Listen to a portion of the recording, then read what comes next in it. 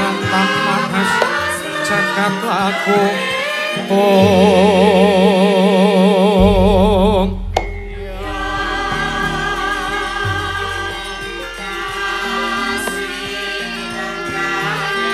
Pratandha Hanata nalating Marabuka Kandha bumi daya Raspati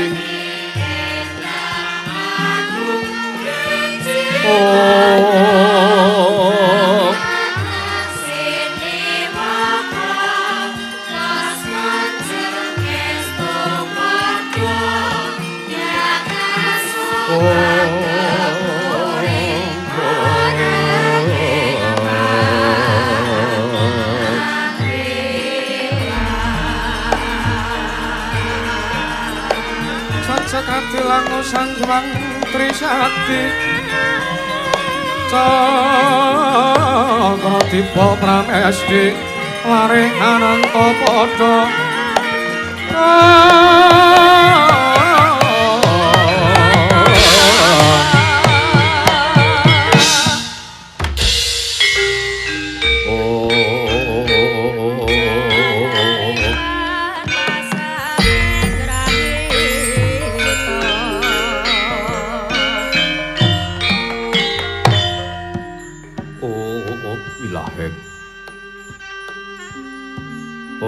Wilaheng awit Mastu Purama Sidhem awit Mastu Purama Sidhem silat mrigewang jagat karana sirang tandha kawisesaning bisana sana sinawung langning kila pesta maksil stantun lampahing Buddha Jinandara tutur katulata-tulatulat mreh labdeng paradya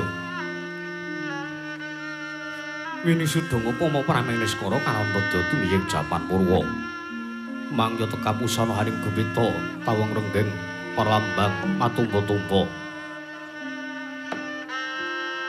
marma panggung pandheg panggunggung sang murwahing kota sekebjar dumadining wayang purwa purwakan kandha narik runtuting basa dongeng kuna ngemusu rasa yen linarasaya karaos mulajari rohang rasa wandi wuruhing diri rasa rumangsa ngrumangsani lir jalma ngila kaca jarweh wis rinaka cak ing carita becik wis kagdare madare pakliran nggih Gusti Jatraming sari pagelaran inggih purwa Surya Candra darum yang kartika wis kluba drating kawasa sahari rati Hangedri pawana para teping doksina gilir gemanti temah dadi witanganing dina sasi marsi windu kang sarta abad Pulang pangkat isinan bentuk japat ingkar biadatu padang kutu-kutu alangka toko burunono yang burontoyo dadi benaan tanpa bisalan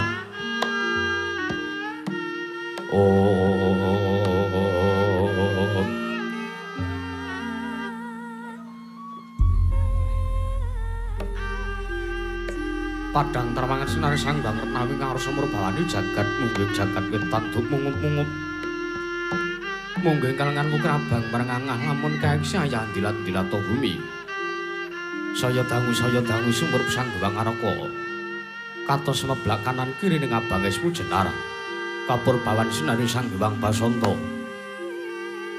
tanem tukat wani ijo royo-royo mangku gunung ing katon biru moyo-moyo pucuk gunung pinemelan gulang sining prabancana lenggat lenggut ngantuk kaya gunung Makutha Mega tanpa wis dangu soleng kawula dasih tenar sanga ya buka karo Tegal Sawahi anglur sinur tanpa pedoti sinambi sendonan sesindenan mikul garuru kunde anggiring raja kayane sawenena pirembagan Samarwangi Sanggang Arka saya dangu saya inggil wis katon mala sinari jagat dunung ing papat lor kidul wetan kang kulon Sinar jagat kang samyara banyata rebote jar kuwung pranjidatan wonten ingkang amadani kuwunging praja negari Indrawati. Ya negari ing Dwaraka, ya negari ing Jenggala Manik, ya sinebut praja negari ing Jenggalapura. Apan cara kinari pambukaning kandha sak alat rimangke krana negari Indrawati dumadi saking pulo-pulo bebanjaran. Sinasapan toya benawi tinampi ombak samudra binang laut kang tanpa pagut Pegating paninggal kapanto uruting Cakrawala, wane-wane cangkrek wisik sawenek teping jurang corong kinepung go serung. Kinarya sekek silawet yang sarang burung. Wonten ugi pasisir antar sasana jembar kebekaning pasir gemlaring garis pinggir. Tanam tuha ngrembuyung, royo-royo karang gitri, rowe-rowe ron kelompo bumi subara pasiten mawur. Satengah tirantur tangkal-tangkar kawiyan dadi gunung-gunung bebanjengan hang rangsang langit lenggak lengguk lampai toyo kang bijil saking sendang pening tirtane. Iline kang pinara-para, playine kang kinampi wadhuk binentung-bentung. Kinari hangilani sawah yang pategalaning sang Narakesma. Mokal pangolahing tetani bebasan datan ana bumi sak cengkah kang sela. Sadya tunandrang kang ora kapipandya Bathari Slanggar Pasabinan Yayaruk Misarek kang pinangka Pratiwi. Pategalan rinungga palawijeng kang ngrebuhi godhongane ambiyek wae nganti kaya manglung wit-witane. Para kewendhem para kesimpar para kebantung sadutan kujiwa jinawi tukulangkeng maweh sarasani diri. Ingon-ingon raja kaya itik iwen sanseyang rembug lamun siang aglar ing mangkunan. Lamun wanci surup surya samya bali. Mereng kandhange sowang-sowang.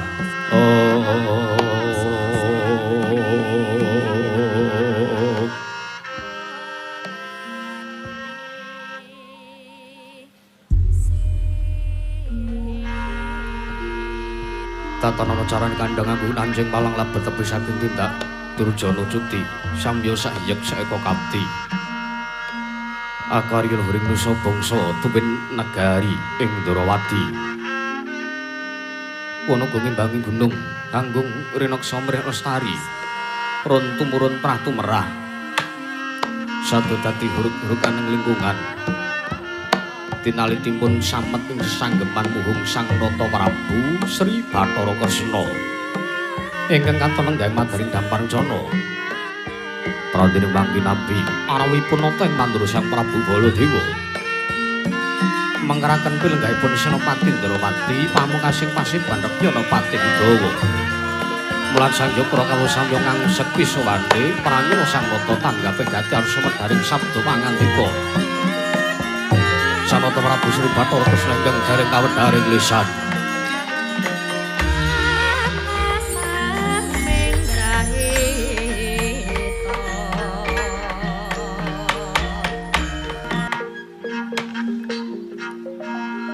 Iwang suksmana kang adili luwih ana sasmintaning isun jagat wasasane ku Bathara Hong Bawana langgeng sinunggi datanawat. Ora mengko dhisik Kakang Patih Udawa, Kakang Kresnengkara. Ayo ndadekake kaget pekenira si Kakang Patih Udawa wondene sira ingsun bijana ngarsaning manira. Kakang Patih Udawa. Baunuk-unuk niki diwaji sembahan kula.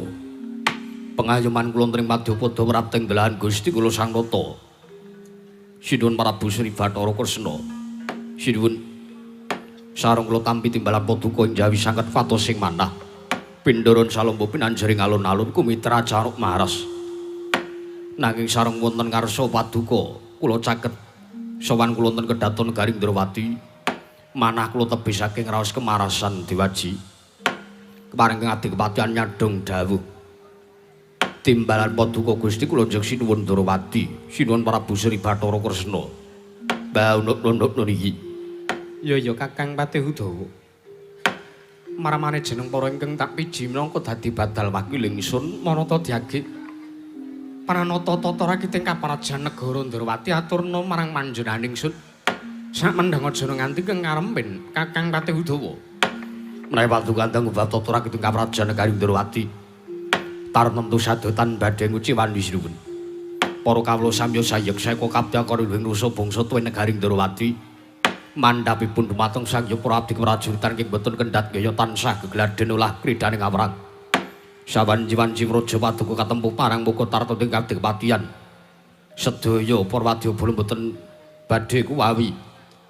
Anggep koncanipun Gusti kula Sang Nata Sinuwun Prabu Sri Bathara Kresna. Aturipun kang abdi kepatihan remuk kasawurna putung sumangga kabandhemna. Nduk niki diwaji. Ya Kakang Dawa. Gawe bombong tiasing sun teka jangkep kang dadi aturmu.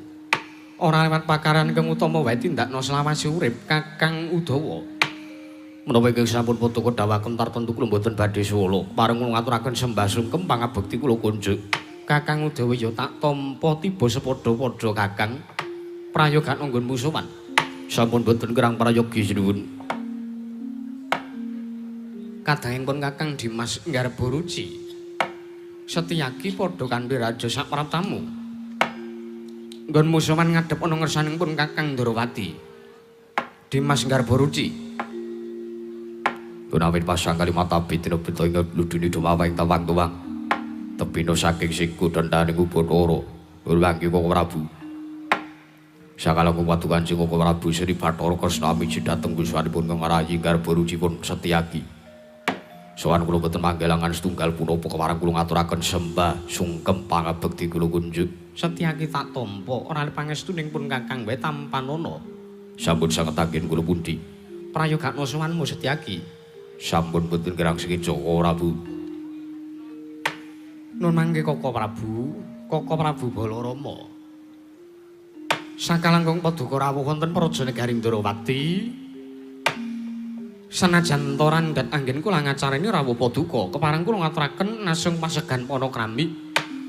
Duen pambagya raja mugi kunjuk wonten ngarsa paduka Kanjeng Koko Prabu Baladewa, Koko Prabu Balarama. Walah taala.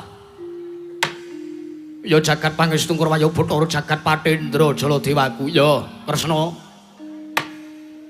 Ora lewat pangandikane Si Adi Ndrawati gawe bombong. Tiasing pun Kakang mandur teka sak mengko pun Kakang Prapta ning Praja Negara Ndrawati disubya-subya praptanipun Kakang. Koko Prabu inggih. Nanging ewa semanten kula nyuwun lumebering samudra pangaksami. Karanten jebling kawontenan wonten Praja Negari Ndrawati ambok bilih kirang damel sukarnaning manah paduka Kanjeng Koko Prabu Baladewa. Gak ora. Lermo atimu Kresna. Mergananipun Kakang Prapta ning negara Ndrawati iki pun Kakang mung kangen marang kahanan praja negara Dwaraka. Walah, biyo. Ning atase durung ana sak marsa kepungkur pun Kakang sowan ana ngersani Janji Prabu Kresna. Lah kok iki saiki kahanane wis kaya manggene, Dalan-dalan wis apike, ora ana dalan sing gronjal, ora ana dalan sing remuk. Anane mung dalan sing tansah kepenake yen to dienggo liwat. Ah, ngene iki Kresna, aku kepengin nyuntuk tak patrapke ning negaraku ya negara Mandura. Koko Prabu inggih. Iya. Piye carane munggo dalan kuwi ora gampang rusak. Lho paduka mriku Nalendra kok ngurusi bab radusan. Lho. Kuwi wigati Kresna, kuwi penting. Mekaten. Iya. Mergo kawula kuwi saben dinane rak ya mesti liwat dalan kono kuwi. Inggih. Banjur saranane piye? Ben dalan ki ora iso rusak. Nggih menawi mboten kepengin risak kawontenanipun nggih sampun ngantos dipun damel liwat. Langkung-langkung titian-titian ingkang ageng-ageng menika sampun ngantos miyos wonten ing dalan menika. Lah iya, inggih. Nek rak prayogane kuwi ana sarana sing kudu ditempuh, ana lakune Kresna. Bab menika sak mangke sambung pangandikan. Catur netra kaliyan ingkang rayi wonten madaning kedaton. Yo. Koko Prabu kula ngaturaken sembah sungkem pangabekti kula kunjuk Setyaki. Yo Si Adi atur bekti ngersanipun Kakang pangestunipun Kakang wae tampanana kadangku Setyaki. Sampun saged anggen kula pundi.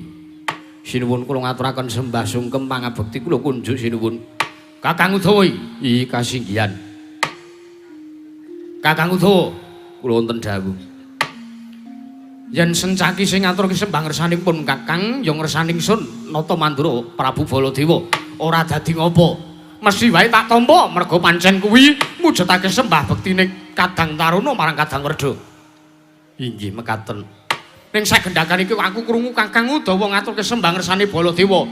Wegah, aku wegah nampa. Lho. Liripun boten kestu nampi lepat kula menapa dosa kula menapa sinuwun. Kakang Udawa ora duwe dosa, Kakang Udawa ora duwe luput. Nanging aku mung kepengin ngelingi sarta aku pengin nyaur utang budiku marang Kakang Udawa dukunane urip ning Widara Kandang. Waduh. Omeng utang 50 kok. Pun lunas riyen kok ngian sinuwun. Dudu kok perkara utang dhuwit, dudu kok perkara utang bondo donya lan sak panunggalane babar pisan ora. Nanging Baladewa kuwi ndek utang budi nalika urip ning Widara Kandang. Wiwit cilik aku digulawentah karo Kakang Udawa karo Bapa Sagopa. Kuwi sing seprene tekan besok kapan wae Baladewa ora bakal iso lali marang kahanan sing wis tok labuhi ana ngersane Baladewa. Mekaten, lajeng gandeng janengipun menapa kalian anggenipun boten nampi sembahipun ingkang abdipun Udawa sinuwun. Kakang Udawa ki sepisan duwe lelabuhan gedhe karo Baladewa. Kuwi sepisan. Ora pantes wong Baladewa wis dilabuhi kok mesa wani nampa sembahe sing nglabuhi. Kuwi ora pantes lan kuwi saru dinulu yen to dipirsani para kawula akeh. Kuwi sepisan. Iki. Ping pindhone. Kakang Udawa kuwi tinemu werda tinimbang Baladewa. Ya senajan to wong-wong ki ngertine Udawa kuwi atmajane Bapa Sagopa kuwi tata lair pancen iya nanging tata batin Kakang Udawa kuwi uga nuwun sewu atmajane Kanjeng Rama Prabu Basudewa Sawarga ingkang patutan kelawan Bapa Sagopa ya Niken Sayuda. Inggih, inggih. Inggih. Kula menika ugi atmajaning Sinuwun Prabu utawi Rama Prabu Basudewa ngaten to sinuwun. Iya. Bentene kula niku anak sinden. Iya. Niken mbok kula niku. Mula aja gelo atimu yen to sembahmu ora tak tampa Kakang Udawa. Inggih, ngisraken dawuh. Malah kepara tampan ana sembahe Baladewa. Aku ngaturke sungkem mirsani Kakang Udawa. Cilik minangka bukti sarta paseksen ya senajan to durung ana sak pucukku kuwi ireng munggonmu nglabuhi kelawan Baladewa sembahku tampan ana. Waduh. Kula ajrih menawi kualat sinuwun. Ora ana walang sangkere. Wong nom ngaturke sembah ngersani sing werda kuwi wis lumrah. Mekaten. Ya. Mula tampan ana sembahe Baladewa Kakang Udawa. Oh nggih, ngisraken dawuh. Wah. Kula tampi sinuwun. Kendela sami-sami. Ora nyangka babar pisan. Nang omah karo bojo diwaneni aku. Meng perkara telat ngresiki kandang pitik. Weh lah. Mesa kewane metu. Sowan Praja Negara Ndrawati kok malah nampa sembahe Nalendra. Weh lah, ngleleng aku. Matur sembah nuwun sinuwun Prabu Baladewa. Kakang Udawa tipus padha-padha. Kresna, kula wonten timbalan. Aja kadok ati kajeron panampa. Aja nganggep yen to pun Kakang iki lancang. Uripun Kakang matur ngesani Nyayi Prabu Ndrawati. Inggih, Koko Prabu kadiwaran. Sepisan sawanipun Kakang iki mung kepengin tetinjo marang karaharjaning kadangku Yayi Prabu Kresna. Gedene kawula sak Praja Negara Ndrawati bareng aku nyumurupi kahanane biya-biya. Kahananing para kawula tansah ayem, tata, titi, sartane tentrem, adoh sekara beda, adoh sekara gejegan. Inggih. Ping pindhone. Pun Kakang Sewan iki ora saka karepanku pribadi, nanging ngelingi lelakon 3 ari kapungkur. Yayi Prabu Kresna paring nawala ngersaning pun Kakang ing Mandura, surasaning nawala Yayi Prabu Kresna kinen ngombyongi utawa nimbali marang sawanipun Kakang. Pun Kakang kudu prapta ning Praja Negara Ndrawati. Lah, gandeng saiki pun Kakang wis prapta ning negaramu Kresna. Aku tak nungsung pawarta, aku tak nyadhong dawuh. Aku tak nyadhong dawuh timbalane Yayi Prabu Ndrawati. Kira-kira apa ana wigati ingkang bakal mbok ngendikake? Pun Kakang saguh nganglungake jangga nilingake karna Kresna. Aku tak maju nggonku sowan. Paringa dawuh sing cetha Kresna. Saestu ingkang Rayi Ndrawati nyuwun lumebareng sesamudra pangaksami mbok bilih kula kanggep lancang. Anggen kula ngombyongi rawuh padha Kanjeng Koko Prabu. Asring manah kula menika namung kepengin badhe ngaturaken bab legetaning manah kula. Sinangsa kula menika minangka pamengku Praja Negari Ndrawati kula jejaring Nalendra. Nanging kula ngrumaosi perkawis ingkang badhe kula aturaken menika ngembet dumateng perkawis kekadangan, ngembet dhateng perkawis kula warga trah Turasing Mandura Koko Prabu. Ya, Kresna. Sadhara paring dawuh apa? Pun Kakang bakal midhangetake. Mungkin dados ning ngawuningan. Waleh-waleh menapa Koko Prabu wontenipun ingkang rayi ing Darawati ngaturi rawuh paduka wonten negaring Dwaraka menika. Karana kula nampi sesenggeman tanggal jawab ingkang ngawrat menawi kula lampahi piyambak. Pramila ingkang sampun kados kula aturaken kala wau. Menika ngembet kawontenan kula wargi Turasing Mandura. Inggih menika anggen kula nampi nawala saking pertapaning Saptaharga inggih saking Wukir Tawuk.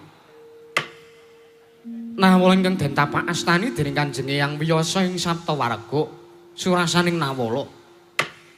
Para Pandhawa badhe nglamar dhateng kadang kula inggih kadang Paduka. Inggih punika pun Yayi Bratajaya, inggih menika pun Wara Sembadra. Pinangka jodho dhawuhipun kadang kula panengah Pandhawa. Inggih menika pun Permadi Koko Prabu. Ngono Kresna. Iyi. Ora engko iki. Banjur dasare apa lah kok para Pandhawa nglamarake? Kadangku Yayi Bratajaya bakal dhawuh kelawan Permadi dasare apa? Miturut surasaning nawala lan ugi kawontenan ingkang sampun kalampah. Kula ugi ngemuti lakon rikala semanten punaginipun Kanjeng Rama Prabu Basudewa Sawarga ingkang kagungan punagi paribasanipun anggenipun para Pandhawa badhe nglamar dhateng pun kadang kula inggih kadang Paduka pun Bratajaya menika nindakaken menapa ingkang dados sujaripun Kanjeng Rama Prabu Basudewa. Menawi bab dasaripun para Pandhawa badhe nglamaraken menika sepisan lare kalih menika sampun sami gambuh rasanipun. Teges Bratajaya kaliyan pun Permadi menika sampun sami gambuh ing manah sampun sami tresnanti tresnanan. Lajeng ingkang kalih ingkang sampun kula aturaken inggih menika nindakaken nglampahi menapa ingkang dados sujaripun Kanjeng Rama Prabu Basudewa pinangka panyarutang budi nalika Permadi saged mbengkas reretu ingkang mapan wonten ing Mandura duk nalika Kadipaten Sengkapura. Lajeng ingkang angka 3 saksampunipun Permadi saged mbengkas reretu wonten Prajanegari Mandura. Permadi kaliyan pun Bratajaya menika kinocapaken pun pacangaken dening Rama Prabu Basudewa. Benjang menawi yusmanipun sampun sami jangkep. Menika kinocapaken bakal dados jodho dhawuhipun. Kula ingkang ngarayipun Narayana kaliyan Paduka Kanjeng Koko Prabu inggih Kakang Mas Kakrasana ingkang rumiyin sampun nyekseni Koko Prabu. Walah dalah. Ya jagat pangesungkur wayo Bathara jagat Patendra Jaladewaku. Walah dalah. Kresna, kula wonten timbalan. Lah kok gawe kaget pangandikamu?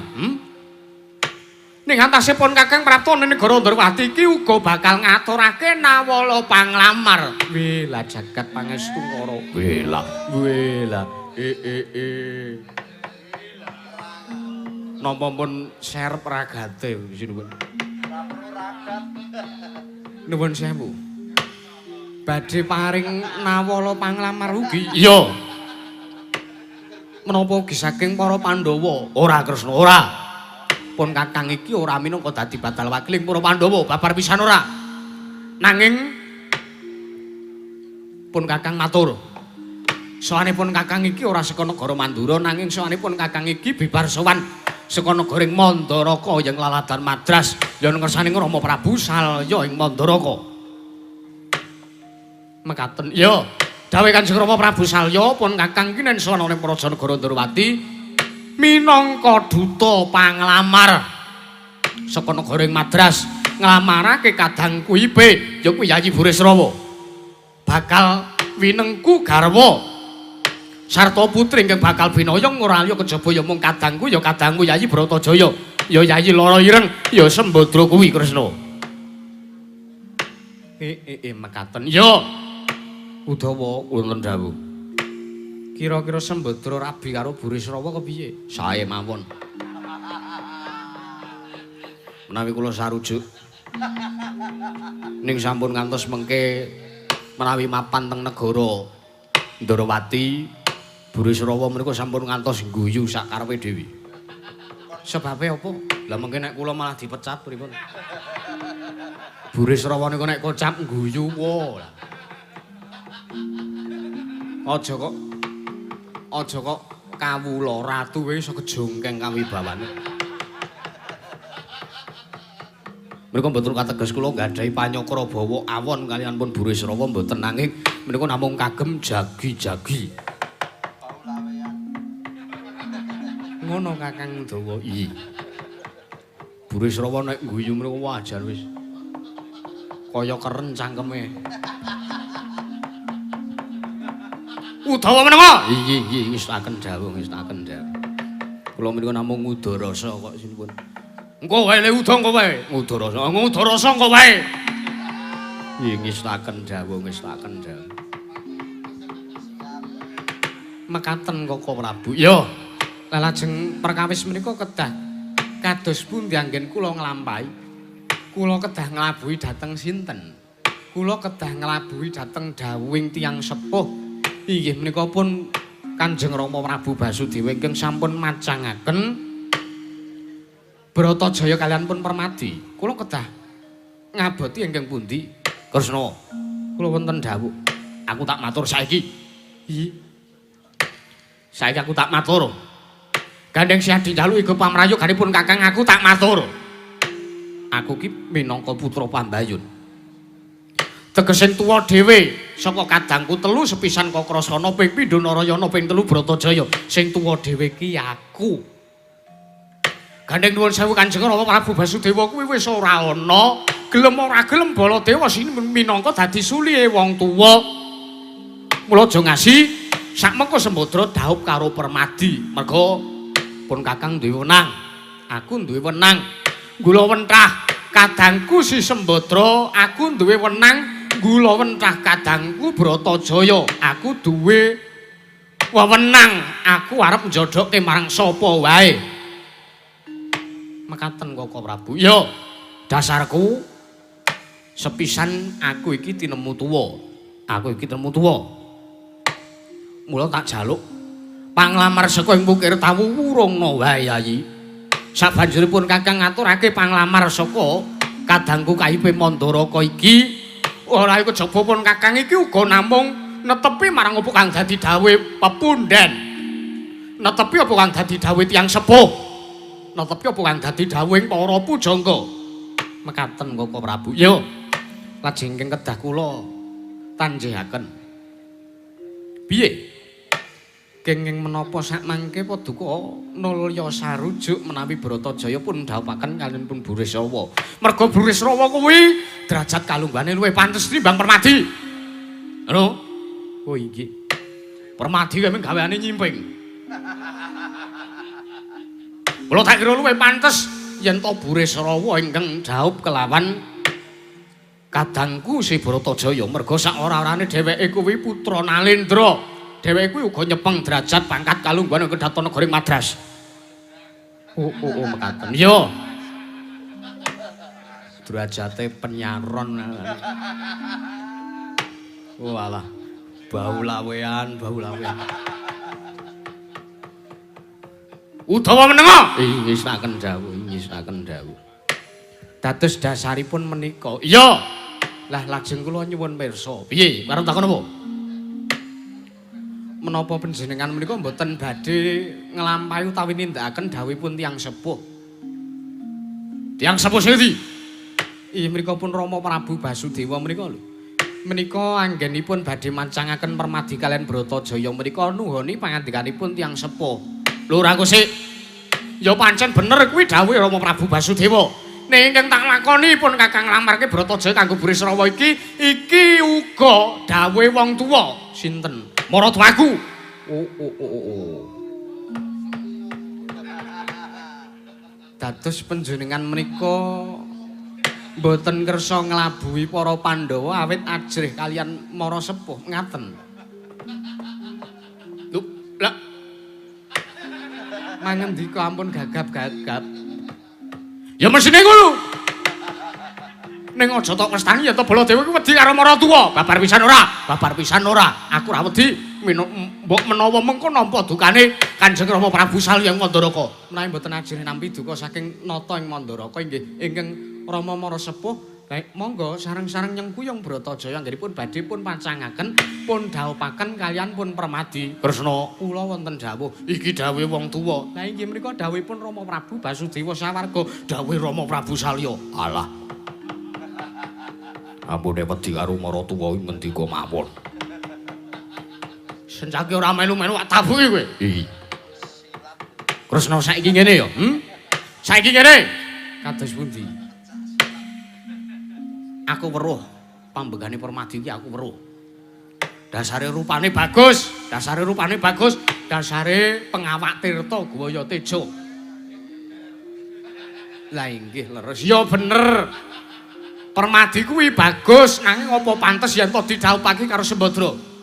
Mergo sok racak-racake wong bagus kuwi simpenane pirang-pirang. Lho mangke riyen simpenan menapa? Simpan pinjam apa mriku?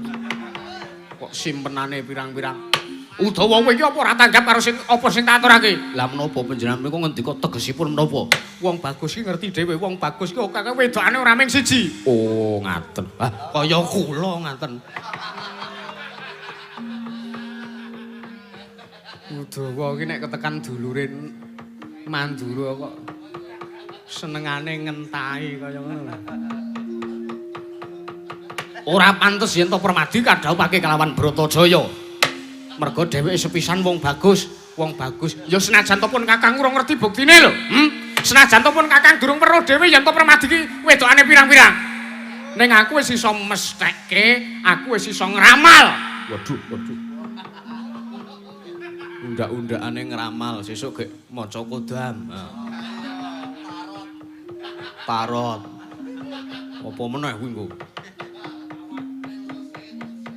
Mula tinimbangane mengko Sembadra mung keloro-loro luwih becik didhawuhake kelawan Burisrawa. Ya senajan to Burisrawa ki ora pati bagus.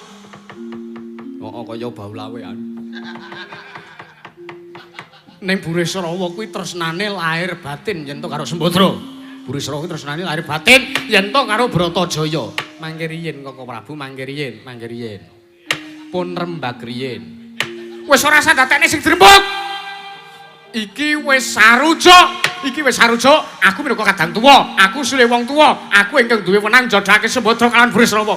Koko Prabu mengke riyen sencaki. Wonten dawuh. Wedange Koko Prabu kuwi wenehno. Wah nggih. Sajaile muring-muring niku mergo urung entuk kopi. Mengkerian menika kedadipun rembag. Jalaranipun menapa? Tiang nglampahi katresnan menika mboten saged dipun peksa lho Koko Prabu. Tiang nglampahi katresnan menika mboten saged dipun lampahi kanthi srana kepeksa watine, kepeksa rasane menika mboten pun keparengaken. Awit tresna menika dumadine saking gambuing rasa menika lho. Rasanipun tiang kakung kaliyan putri menika kedah gambuh, kedah nyawiji. Mboten saged dipun pisahaken. Lah nek sing putri paribasan ora kenal karo sing kakung, ya senajan to sing kakung wis tepung karo sing putri, nanging sing putri ora gelem ngladeni utawa ora gelem nampa katresnane sing kakung, menika muspra tanpa guna. Paribasan tembangipun keplok tangan sisih. Menika kedah pun rembug. Kresna wonten dawuh. Bab karo tresna dipeksa kuwi tak kira isih drembug, kuwi kabeh iso direka. Ana tetembungan witing tresna jalaran ing Arcapada. Wah. Seru salah. Witing tresna jalaran saka kulina kok. Ana tetembungan witing tresna jalaran saka kulina. Ya senajan to Sembadra kuwi lungkuna karo Burisrawa, nanging mengko nek wis kelakon rabi, ngono. Wis kelakon rabi suwe ning suwe Sembadra karo Burisrawa kuwi kulina. Nek wis kulina, ya tuwuh katresnan. Mboten saged. Nuwun sewu, mboten saged. Tresna menika kedah Saderengipun pun pacangaken saderengipun mengku garwa ingkang nami tresna rasa tresna menika kedakatan ndukaken langkung rumiyin wirak cara kowe nek cara aku ora cara paduka kados pundi cara panjenengan kados pundi kula tak nyuwun pirsa ayo ngendika nek disuwuni go ki ngendika kaya kula niku lho arep maratuwa kula niku sak cangkem-cangkeme elek ning padha-padha le patih. Udawa patih, bapak maratuwa Sengkuni ya patih. Dasar kula seneng kok, kula ora nyawang wong tuane kok. Arep wong tuane iki iblis aku upamane nek bocahe gelem karo aku. Purun kalih kula tur nglendi nggih to. Kula trajang ning watone padha geleme. Dadi mungkin mboten enten sing diluputke menawi salah sijine enten sing khianat. Wong padha geleme kok. Udawa dasarku ngene, dasar panjenengan kados pundi? Iki dawuhe wong tuwa. Lah wis padha wae menawi panjenengan namung ngendika dawuhe wong tuwa. Lah saniki nyuwun sewu. Permadi kaliyan pun Bratajaya badhe pun pacangaken badhe pun dhawuhaken menika ugi dawuhipun tiyang sepuh. Napa panjenengan niku kasembatan arep nguwalonke ingkang Rama ingkang sejati nggih menika pun sinuwun Prabu Basudewa arep dikuwalonke karo panjaluke Prabu Salya. Napa kelakon? Nek cara kula wis men, umpama sing dawuh karo kula niku Sengkuni, utawi Bapak Sengkuni, nek ora sarujuk karo manah kula umpama kula bojone dijaluk mboten napa-napa ikhlas. Ha Udawa iki bagus e. Kepepete kowe golek wedokan liya iki gampang nek Udawane nek ora entuk bojoku Lantiwati nggih tak baleni nak ngaten. Udawa wong wisuh lumuh ngentasi perkara. Kok Prabu, piye? Bakunipun kawontenan menika mboten saged dipun peksakaken. Wah. Tak jaluk rembuken Kresna, tak jaluk rembuken. Perkara iki kudu kasembadan, kudu kasembadan. Nuwun sewu kula tak nanting rumiyin kalian pun kadang kula pun Wara Sembadra. Menawi piyambakipun purun pinengku garwa kalian pun Burisrawa inggih monggo pun tindakaken. Nanging menawi mboten purun sampun ngantos meksa lho Koko Prabu. Ya jagat pangestu Raya Bathara jagat Koko Prabu. Piye Kresna? Dereng ngantos maripun anggen kula pirembagan kelawan padha Kanjeng Koko Prabu. Dumadakan kedaton negara Ndrawati nampi pisokanipun Panakawan Bagong. Weh lha edan. Walah setan ora tatanan. Panakawan kok sore metu iki arepe piye? Lho marahi metune mung jam 2. Lah kok saiki wis metu ki? Walah edan-edan. Kresna wonten dawuh. Elek dikaya ngapa dobleh iki Panakawaning para Pandhawa. Dobleh iki sithik akeh uga tau tate ngudang marang Yayi Prabu Ndrawati. Mekaten kok Prabu. Yo, mula dangunen ngistakaken dawuh. Panakawan Bagong. Nun. Sak sowanmu padha slamet to Bagong. Nun amit pasang Kalimantabe.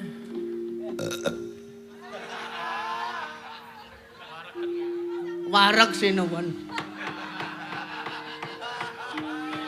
Gilani ora. Ha pripun yang wong wareg kok ora entuk legek lho, ha. Nun wonten mangandikanipun sinuwun Prabu Kresna. Kula sowan wonten negari Ndrawati sowan kula mboten enten alangan setunggal punapa sinuwun. Kepareng kula ngaturaken sembah sungkem pangabekti kula kunjuk antusanipun Ndara Kresna. Iya Bagong. Tak tampa ora pangestuku wae tampanana. Nggih. Lah kowe sowan kok sajak nggawa pangombyong dhewe. Nggih. Nika wau para wira pradangga ing bangsal pengrawit kula briefing. Pokoke nek aku munggah kedaton niringane kasih hidu. Apa? Kasih hidu. Kasih hidu kepada Bella. Sak-sake ora napa.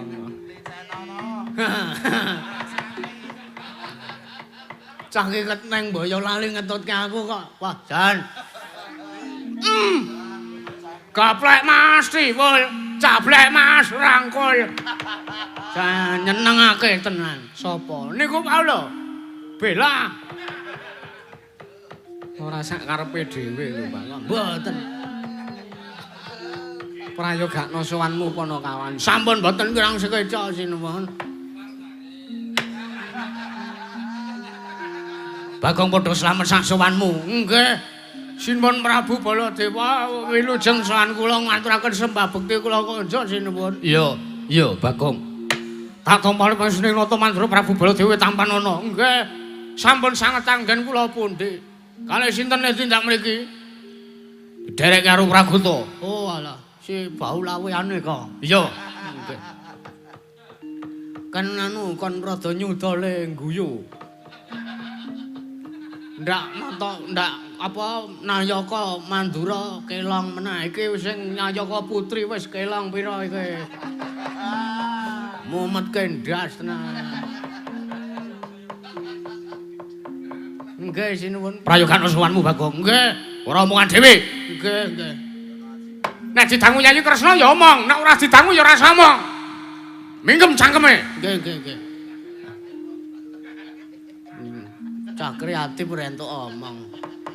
Kula ora iso nabuh karo fokus niku ora iso. Kula fokus mingkeme angel kok.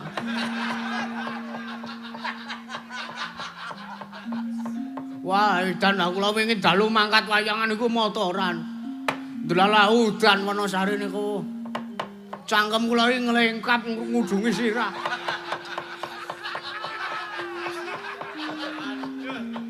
Aduh, batinku keriting iki rambutku. Ah, jan cilaka nek udan budal wayangan dheweke. Motoran sih sae.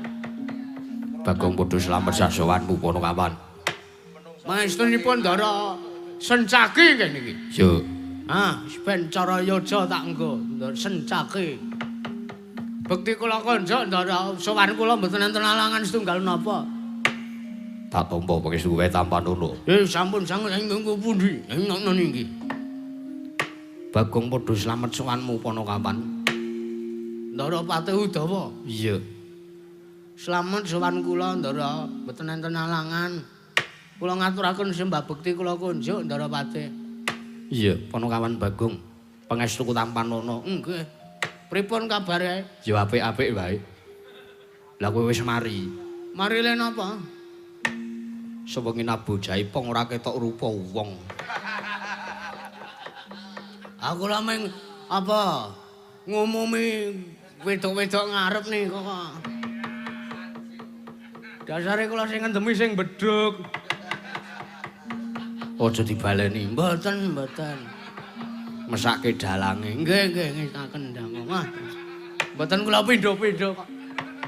Kula ngrumangsani jebule kula dipotoki lho kok elik biang aja Pakku. Ah terus ora kula pindho-pindho Ndara Patih. Iya. Aja tok baleni meneh. Nggih mboten. Kejaba mbeborosi. Nggih. Panakawan Bagong kowe tak dangu aja omongan dhewe. Nggih. Kula ngrumangsani kok. Wingine dalu nika nggen jaipong ki wambune kaya apotek.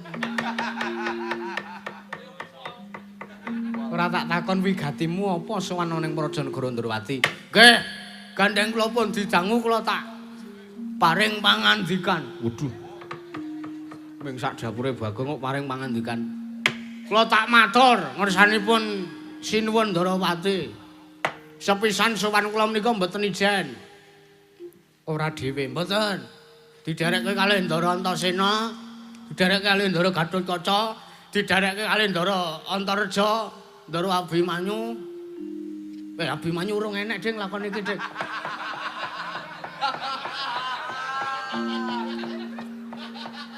Ora cah ndlogo. Nggih. Abimanyu ki sapa? Kirangan kula ya urung kenal kok. Ketoke niku Menteri Pertahanan 2030. Sok ana menteri saka Wiramartan kene. Jenenge kuwi calon. Iya, Pak. Nggih. Derek kali lan komplit pokoke derek kula. Pamrih kula ngejak para putra-putra Jodipati murite Rani kula jak kabeh niku merga mengke nek njagani nek nang nganti atur kula niki dadi geseh dadi pasukan negara Ndrawati kula wis ora wedi kangelan kula wis nggawa pengirit bodyguard pam-pampres sedaya pun kula cawiske pun ngawal kalih Bagong. Merga ngrumangsani kula minangka duta saking Wukir Tawu, kula minangka duta saking Saptaarga utawi saking Gunung Pitu, minangka lidah sinambunging Begawan Wiyasa. Sowan kula menika wigatosipun rembag kula namung badhe inggih punika nanjehaken tuwin genahke ben supaya nang ngarep padang nang mburi ya ora peteng.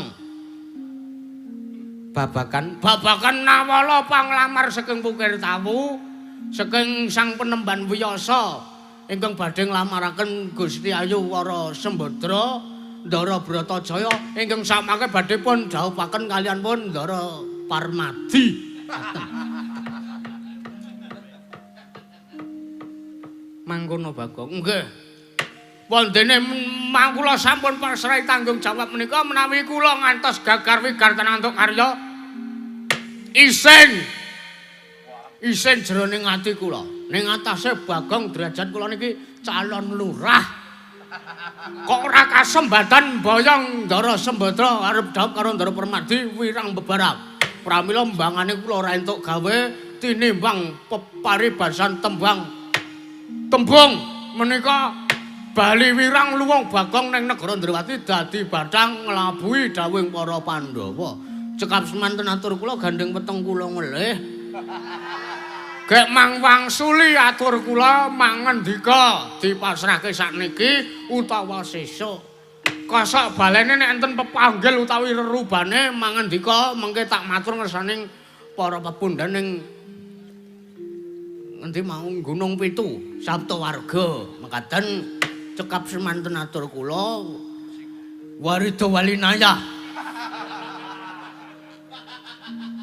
salam ngaten ya Bagong tak tampa alhamdulillah ditampa lamarane iki tak tampa nawalane wah nggih Bagong wonten dawuh aku bingung lho sebabe marga Prabu Rawuh ning Prajanegara Ndrawati iki uga bakal nglamar marang kadangku si Bratajaya. Welah, adine dhewe arep dipangan. Setan tenan ora. Ngapa? Adik kandung, Mas. Sampeyan ora wedi nek nganti kecekel tlebokke penjara. Tahanan kasus pemerkosaan kuwi dadi bulan-bulanan ning sel. Sampeyan ora wedi ya? Arep tak lamarke kanggo Burisrawa. Blok goblok. Oke. Wela, oh ngaten. Iya. Oh nggih. Ajeng dilamarke kagem Burisrawa. Ndara Burisrawa. Iya Bagong. Oh, jan. Oh nggih. Nggih. Nek ngoten iki jenengan dereng saged paring wangsulan niki jlentreh cethane pripun dereng saged paring pangandikan? Durung. Merga durung ana rembug ingkang wis gumathok ingkang tak rembug lan Koko Prabu ing Mandura. Ngaten mawon.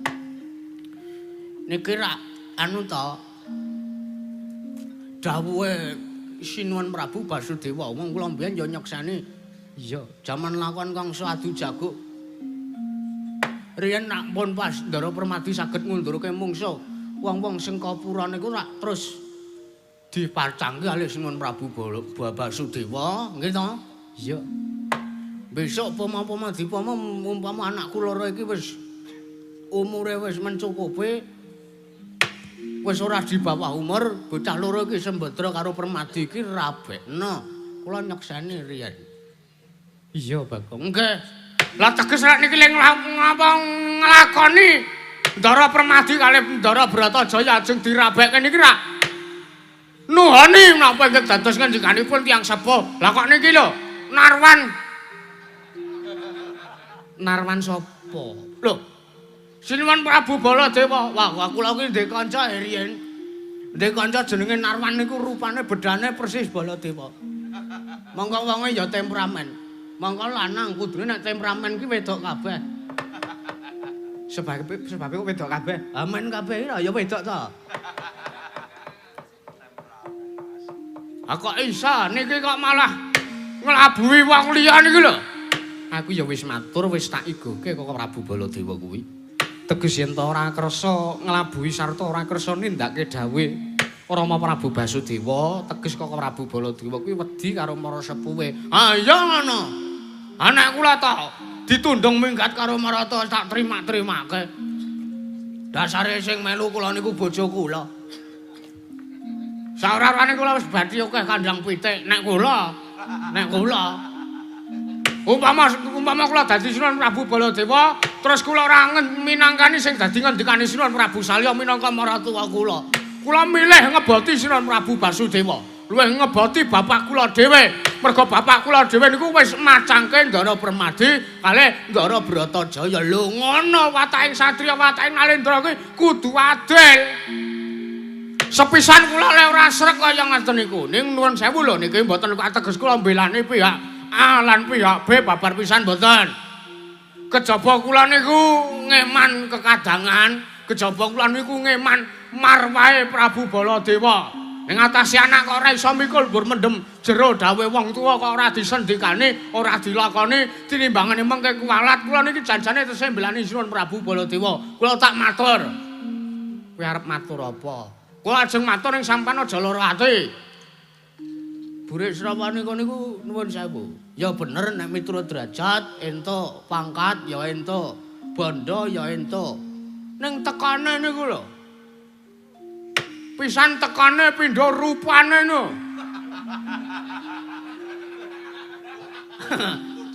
Ya ora kok jeneng kula ngelek-elek lho, ora kok jeneng kula nggawa fisik lho. Karo kula iki bagus kula. Nek lampune dipateni. Dadi ora ketok, dadi ketok bagus. Buris Rawa niku nuwun sewu lho. Napa pantes nek dhaup kalih putri Ndara Bratajaya ora rabi karo Buris Rawa. Wah, mesake maneman putri Sresta ing warni. Putri isih ayu isih prawan kok. Truke wong brangasan. Monggo sampean ora ngerti ta nek sing nyekel kartune Buris Rawa niku kula. Kelingan mboten sampean?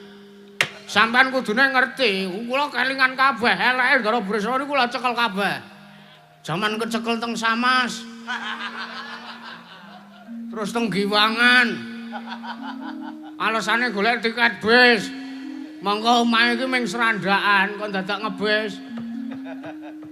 Kula nyekel kabeh eleke Buris Rawa niku kula ngerti kabeh. Mula apa ya sampean ki lila nek nganti ingkang rayipun Ndara Bratajaya menika badhe pun dhaupaken kalian wong brangasan kaya ngoten niku. Mang penggalih sinuwun.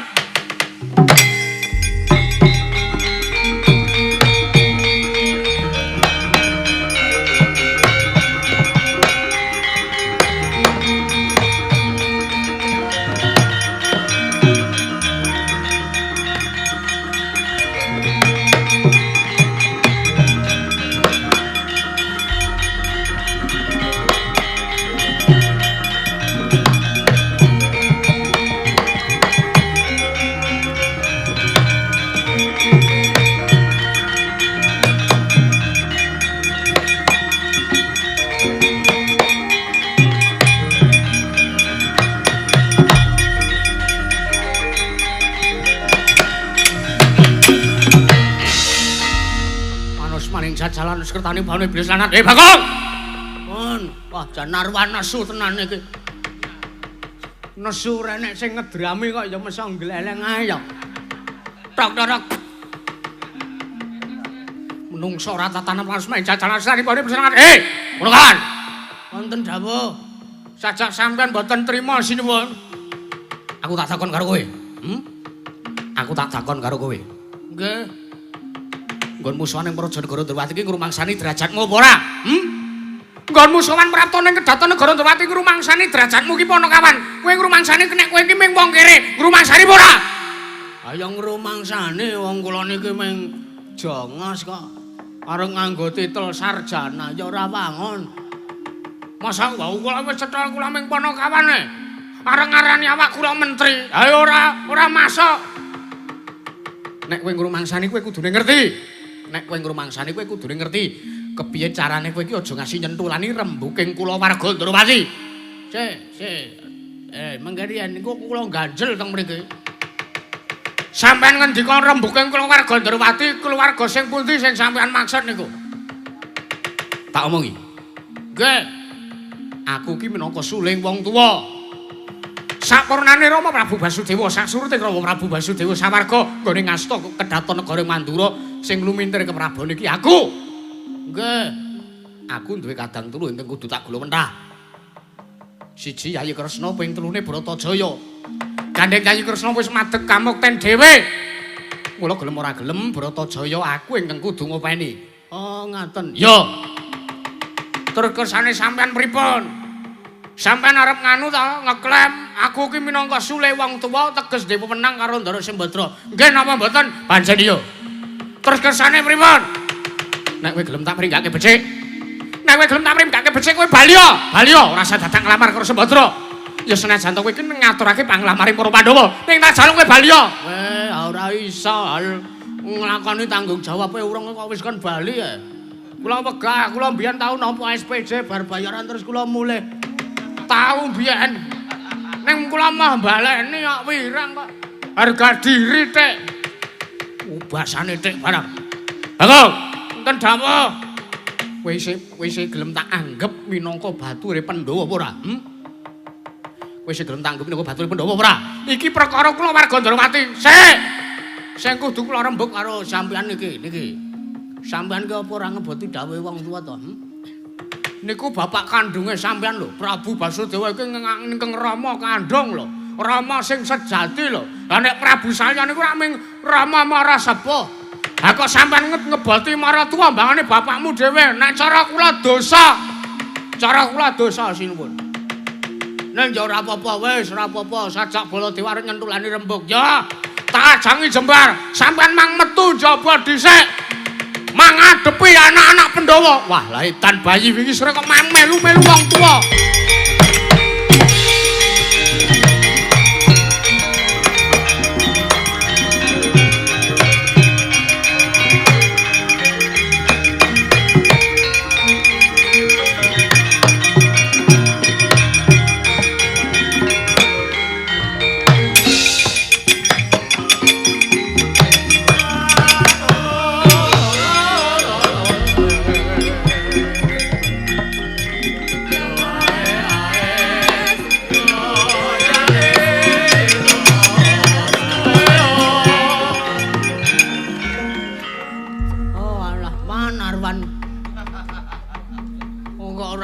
Dawuhe wong tuwa.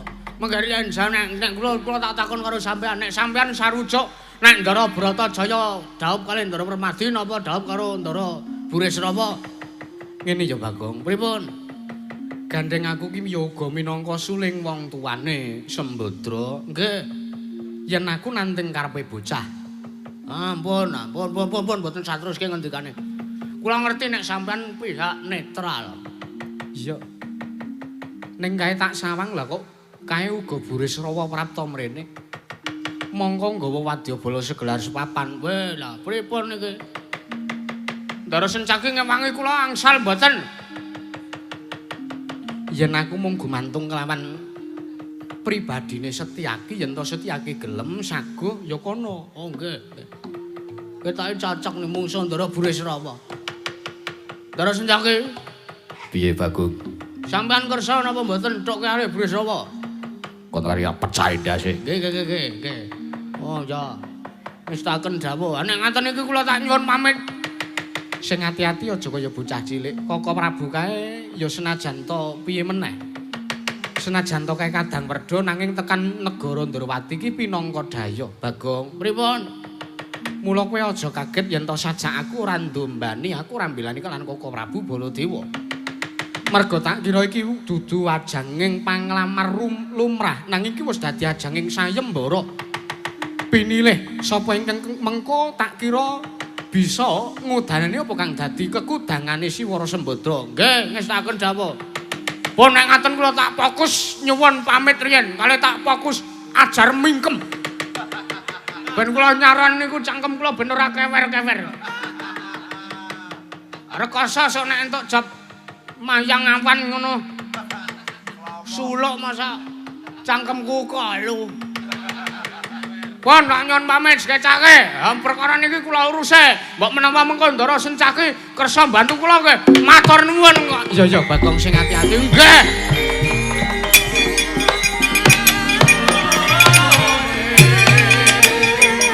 Pamit.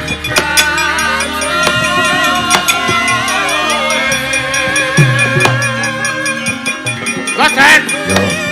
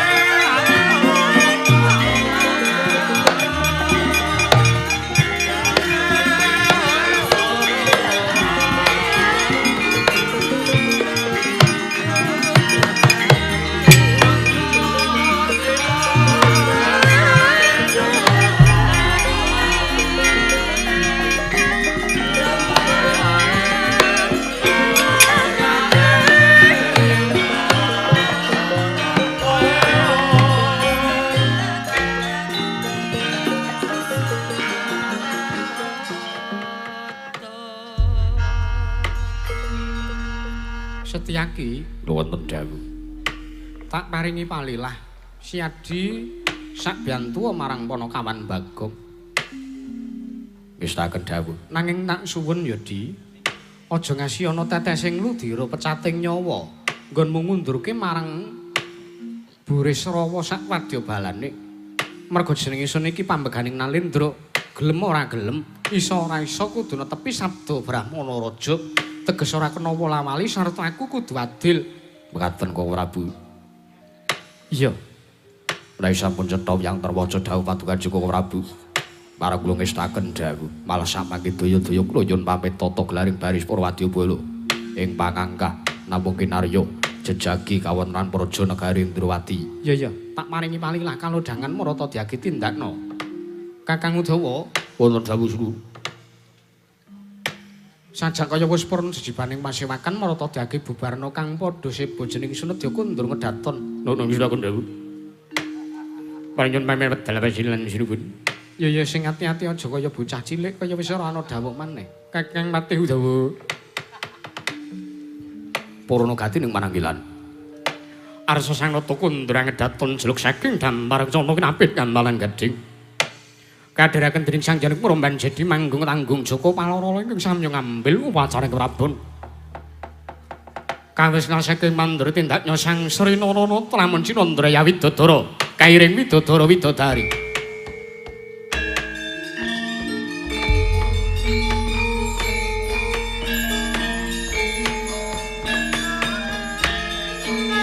Niat angening alanjana kelar pandan moncara